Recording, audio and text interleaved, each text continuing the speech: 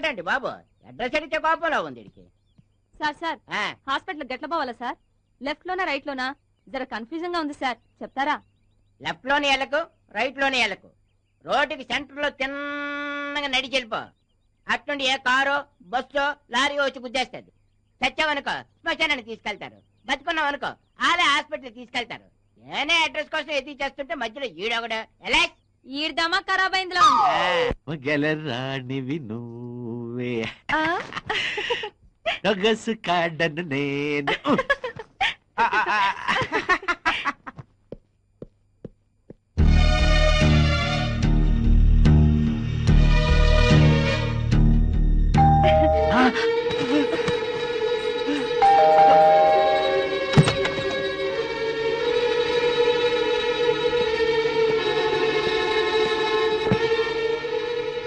ఏం చేస్తున్నావు? పడుకున్నాను. ఎవడి పక్కలో? బయట ఉన్న చెప్పులు ఎవడివి? అవి ఇందాక మీకోసం అంజయ్ గారు వచ్చారు. మీరు క్యాంప్ కి వెళ్లారని చెప్తే వెళ్ళిపోతూ చెప్పులు వేసుకోవడం మర్చిపోయినట్టున్నారు. ఎంత అందంగా అబద్ధం ఆడుతున్నావే. అందుకే అన్నారు రంకునెత్తిన మా బొంకుని అరవదని. మర్యాదగా గాడిద కొడుకుని బయటికి రమ్మను. సారీ రఘు, చేయకూడదు, తప్పు చేశాను, నన్ను క్షమించు ప్లీజ్. ఇంకెప్పుడు ఇంటి దరిదాపులకు కూడా రాను రఘు, ప్లీజ్ రఘు. కబుర్లు చెప్పకరా. ఇప్పుడు నిన్ను చంపకుండా వదిలేస్తే అందరూ నన్ను చేతగాని వెదలా జమ్మ కడతారా?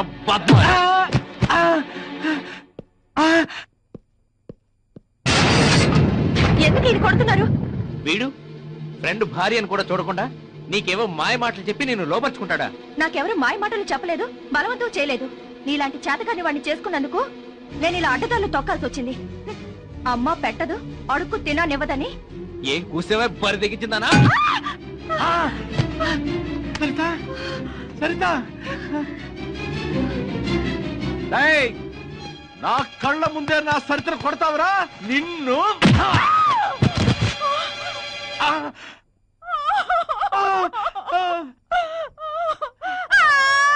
సారీ మాధవి, క్షమించే. కల్లో ఏదో ఊహించుకుని తన్నేశానే. కాదు, మీ వాళ్ళని ఏదో అన్నానని మనసులో పెట్టుకునే తన్నా. లేదే, నేను అపార్థం చేసుకుంటున్నావు. మా వాళ్ళని తిట్టిన విషయం అప్పుడే మర్చిపోయారు మాధవి. నేను క్యాంప్కి వెళ్ళినప్పుడు నాకేమైనా ఫోన్స్ వచ్చాయా? ఫోన్లు అయితే రాలేదు గాని నిన్న మీకోసం మీ ఫ్రెండ్ చందు గారు వచ్చారు. క్యాంప్కి వెళ్లారని చెప్తే కాసేపు కూర్చొని వెళ్ళిపోయారు. నిజం చెప్పు, వాడు కాసేపు కూర్చొని వెళ్ళిపోయాడా? అవును. నో, వాడు అలా వెళ్ళిపోయే రకం కాదు. నిజం చెప్పు, వాడు కాసేపు ఇక్కడ కూర్చొని వెళ్ళిపోయాడా లేక ఇంకేమన్నా అడ్వాన్స్ అయ్యాడా? తాగొచ్చావా? పొద్దున్నే తిక్కతిక్కగా వాగుతున్నావు.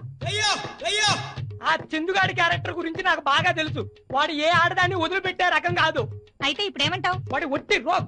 ఫ్రెండ్ పెళ్ళామని కూడా చూడు, ఎలా లొంగ తీసుకుందామని చూస్తాడు. మరి అలాంటి నీచపు క్యారెక్టర్ తో నువ్వెందుకు ఫ్రెండ్షిప్ చేసావు? మళ్ళీ సిగ్గు లేకుండా నన్ను మరుస్తున్నావా?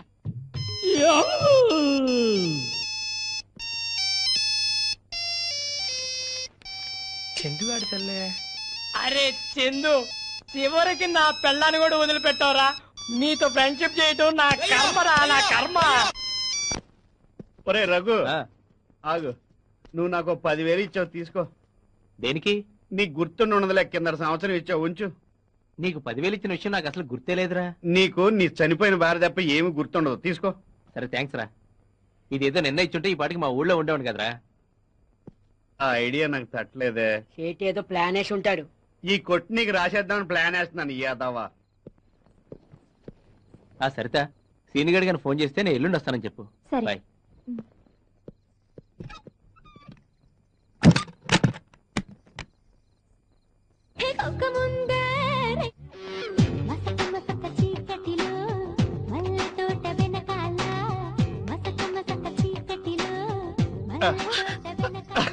ఇంట్లోకి మీరెప్పుడు వచ్చారు?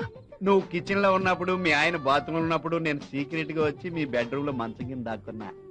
రాత్రి పెళ్ళం ఊరెళ్తే సినిమా చూసా, మొగుడు ఊరెళ్తే అలా ఉండదో చూద్దామని వచ్చా, చేద్దామని వచ్చాను.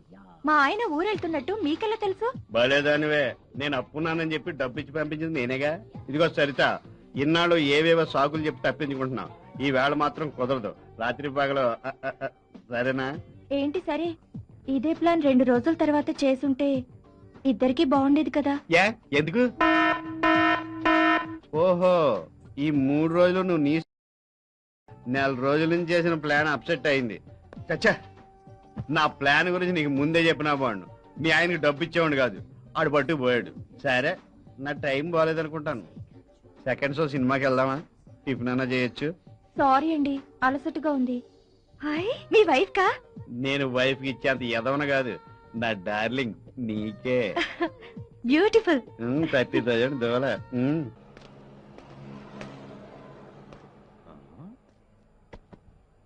చూడు బాబు, నిన్ను చాలా రోజుల నుంచి ఈ కాలనీలో చూస్తున్నాను. ఎవరు కావాలి?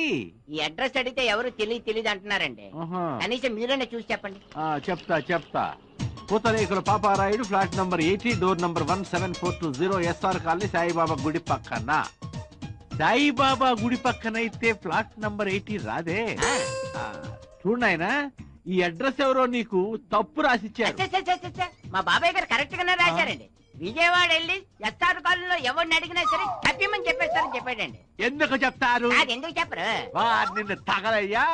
విజయవాడ అడ్రస్ తీసుకొచ్చి హైదరాబాద్ అడిగితే ఎలా చెప్తారయ్యా? అయితే విజయవాడ కాదా? సంపుతా, ఇది హైదరాబాదు. విజయవాడ అనుకుని హైదరాబాద్ ఎలాగొచ్చేసాను నేను. ఇది అడ్రస్. థ్యాంక్స్ అయ్య బాబు. ఈ హడావుడి పడిపోయి లెటర్ మర్చిపోయాను. అబద్ధాలు చెప్పకరా. నిన్న వెళ్ళిన వాడి వాళ్ళు వచ్చేసావు. నీకు నీ భార్య మీద ఇష్టం లేకపోతే విడాకులు ఇచ్చి పంపించేసాయి. తన చావేదో తను చేస్తుంది. అది కాదురా రేయ్, ఇన్నాళ్ళు నువ్వు ఎప్పుడొచ్చినా నా రూమ్ లో ఉండమని చెప్పి నిన్ను నీ భార్యని పరోక్షంగా దూరం చేశాను. ఇక నుండి ఆ పని చేయదలుచుకోలేదు. దయచేసి ఇక నువ్వు నా రూమ్ కి రావద్దు. నేను ఇలా అంటున్నందుకు ఇప్పుడు నువ్వు బాధపడ్డా నేను చేసింది కరెక్ట్ అయిన తర్వాత నీకే తెలుస్తుంది.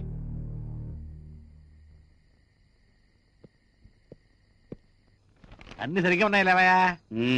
ఇదిగో చూడు, మంచి హెల్ప్ చేశావు. వస్తా. ఇదిగో వస్తానంటే కాదు, తీసుకున్నంత తొందరగా అప్పు తిరిగి తీర్చాలా, అది గుర్తుంచుకో. పువ్వుల్లో పెట్టిస్తా. వస్తా. ఎవడండి వీడు మీ దగ్గర ఎంత అప్పు చేశాడు? వీడే కాదు, వీడి ఫ్రెండ్స్ ఇంకా 3 ఉన్నారు. వాళ్ళు కూడా నా దగ్గర చాలా చాలా అప్పు చేశారు. పేకాట, గుర్ర పందేలా? అదేం కాదు, సరితని ఓ అమ్మడి కోసం ఒక్కడు నా దగ్గర లక్షలు అప్పులు చేశారయ్యా. ఏదో రోజు దాని మొగుడికి వాళ్ళ సంగతి తెలిసిద్ది, దాన్ని ఇంట్లోంచి బయటికి గెంటేస్తాడు. ఆ తర్వాత ఈ అడ్డగాడిదల చేత ఆస్తులన్నీ అమ్మిచ్చి నా బాకీ ముక్కు పిండి వడ్డీతో సహా వసూలు చేస్తా. చూస్తుండో.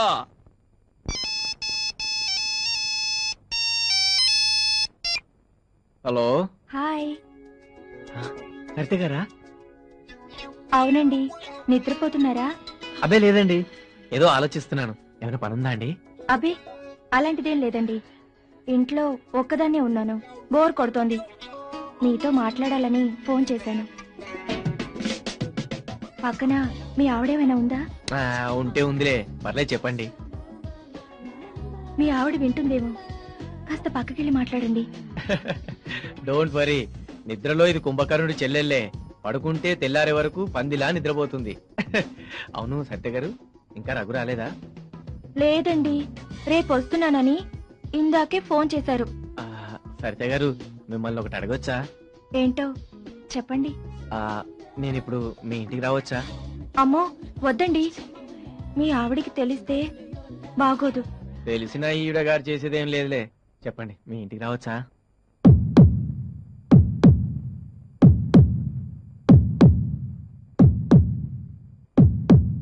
మీ ఇష్టం.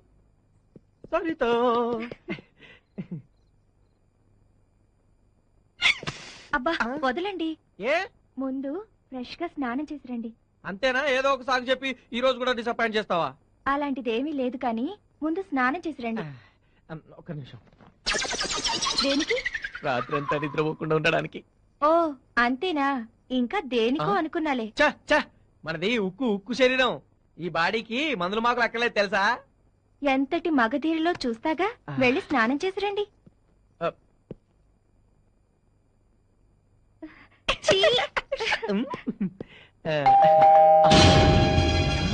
మా ఆయనేమో చూస్తాను, వెళ్ళి స్టోర్ రూమ్ లో దాక్కోండి.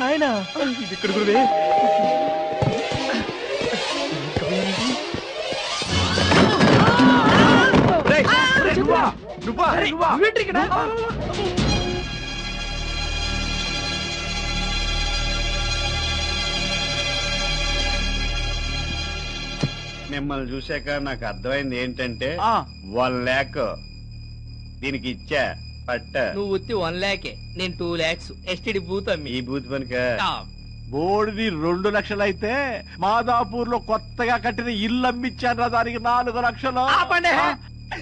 నేను నిన్నే 5 లక్షలు 10 రూపాయలు వడ్డీకి తెచ్చిచ్చాను రా. అమ్మని అంటే మన నలుగురిని వెర్రి దద్దమ్మలు చేసిందనమాట. దీని అంతు చూడాలి. బండారం బయట పెట్టి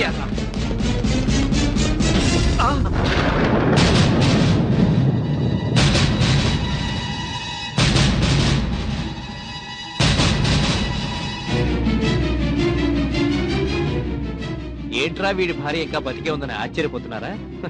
తను హాస్పిటల్లో ఉన్నప్పుడు మీరెంతో ఉదారంగా ఇచ్చిన డబ్బుతో చనిపోకుండా ఏదో బతికున్న శవంలా పడుందిరా. మీకు బుద్ధి చెప్పాలనే ఉద్దేశంతో బతికున్న నా భార్యను చనిపోయినట్టు అబద్ధం చెప్పి మీతో పాటు ఈ కాలనీ వాళ్ళందరినీ కూడా నమ్మించానురా. ఇన్నాళ్ళు మీరు అనుకున్నట్టు సరిత నా భార్య కాదు, డబ్బు కోసం ఒళ్ళమ్ముకునే ఆడది. పచ్చిగా చెప్పాలంటే ఒక వేశ్య. She's a prostitute. టైం ఎంత అయిందండి? 10:30. మీరు ఎక్కడికి వెళ్ళాలి? హైదరాబాద్. హైదరాబాద్ బస్సు రావడానికి ఇంకా గంట పడుతుంది. రండి, అలా పార్కులో కూర్చుందాం. అక్కర్లేదు, నువ్వు వెళ్ళు.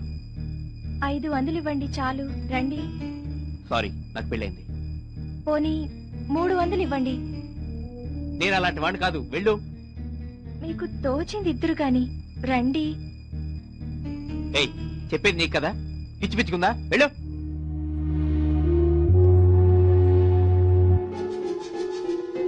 ఏమండి, నీకు డబ్బులు వచ్చే మార్గం ఒకటి చెప్తాను, చేస్తావా? ఏంటది చెప్పండి. నాతో పాటు హైదరాబాద్ వచ్చి కొన్నాళ్ళు నాకు భారీగా నటిస్తావా? నేను సరితను 2 పెళ్లి చేసుకొచ్చినట్టు మీతో పాటు ఈ కాలనీ వాళ్ళందరినీ నమ్మించాను.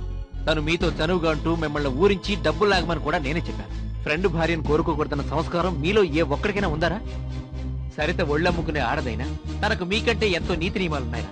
మీ అందరి దగ్గర వసూలు చేసిన డబ్బు అంతా తిరిగి మీకే ఇచ్చేస్తానని, కానీ నేనే వద్దని చెప్పి సరితనే తీసుకెళ్ళమన్నాను. మీ మూలంగా నేను నా భార్య ఎంతో నష్టపోయాం. కనీసం సరితైనా ఆ డబ్బుతో హ్యాపీగా బతికేస్తుంది. మీరు నాకు చేసిన ద్రోహానికి నేను మీకు విధించిన శిక్ష ఇదే. వెళ్ళండి. రే రఘు, ఎవడో చెప్పిన మాటలు విని మమ్మల్ని అపార్థం చేసుకుంటున్నావురా. నిజంగా నీ భార్య హాస్పిటల్లో ఉన్నప్పుడు మా నలుగురి దగ్గర డబ్బులు లేవురా.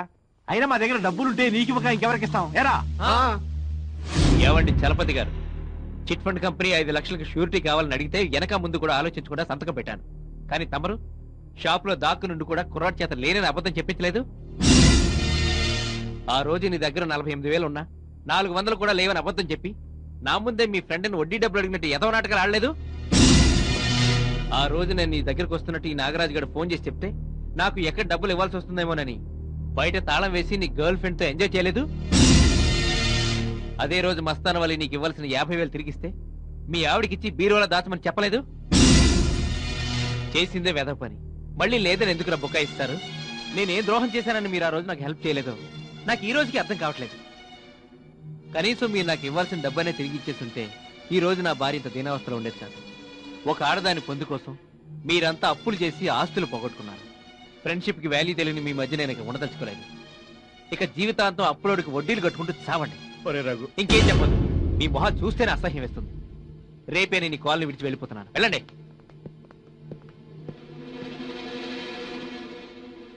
ఈ రహస్యం ఇక్కడే సమాధి అయిపోవాలి. Prestige issue. ఈ విషయం మన పిల్లలకు తెలిసిందనుకో మన జీవితాల్లో శాంతి లేకుండా పోతుంది. బొంగు తెలుస్తుంది. వాళ్ళకి టీవీ సీరియల్ ఉన్నాక టైం లేదు. అమ్మో అలా అనకరా. మొన్న మా ఇంట్లో టీవీ ఈ సరిత కోసం అమ్మేశాను రా. నాకు మాత్రం ఆ భయం లేదే. నా పెళ్ళ నా ముందు కుక్కిన పేన్లా పడి ఉంటుంది. ఇంట్లో కూర్చొని టీవీ సీరియల్సే చూస్తున్నాను. ఇప్పుడు మీకు చూపెడతాగా.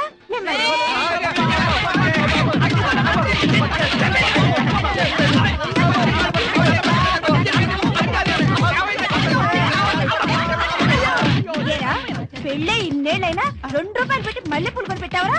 దానికి డైమండ్ రింగ్ కొని పెట్టావా? ఏంటో ఇది మూగడం చూడుకుని రోడ్డు మీద రెక్క వచ్చిందని కొడతాం. ఇంటి దగ్గర కూర్చొని మాట్లాడుకుందాం.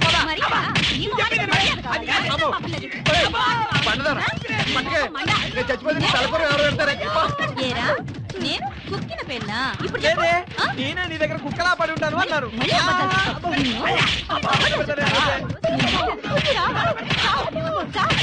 పద్మ చావు బతుకుల్లో ఉంటే రఘు వచ్చి సాయం అడిగితే డబ్బులు లేవని అబద్ధాలు చెప్తారా? నీ మొహాలు మంట, మిమ్మల్ని తగలయ్యా. బంగారం అమ్మేదమ్మా. ఏయ్ సరిత, ఏయ్, ఇంకా ఆవిడ గారిని మర్చిపోలేదా? యాండి, ఒకవేళ నేను చనిపోయి ఉంటే ఏం చేసేవారు? పిచ్చోడు అయిపోయేవాడిని. అదేంటి, మళ్ళీ పెళ్లి చేసుకునేవారు కదా? ఏమో, పిచ్చోడు ఏమైనా చేయొచ్చు. ఏ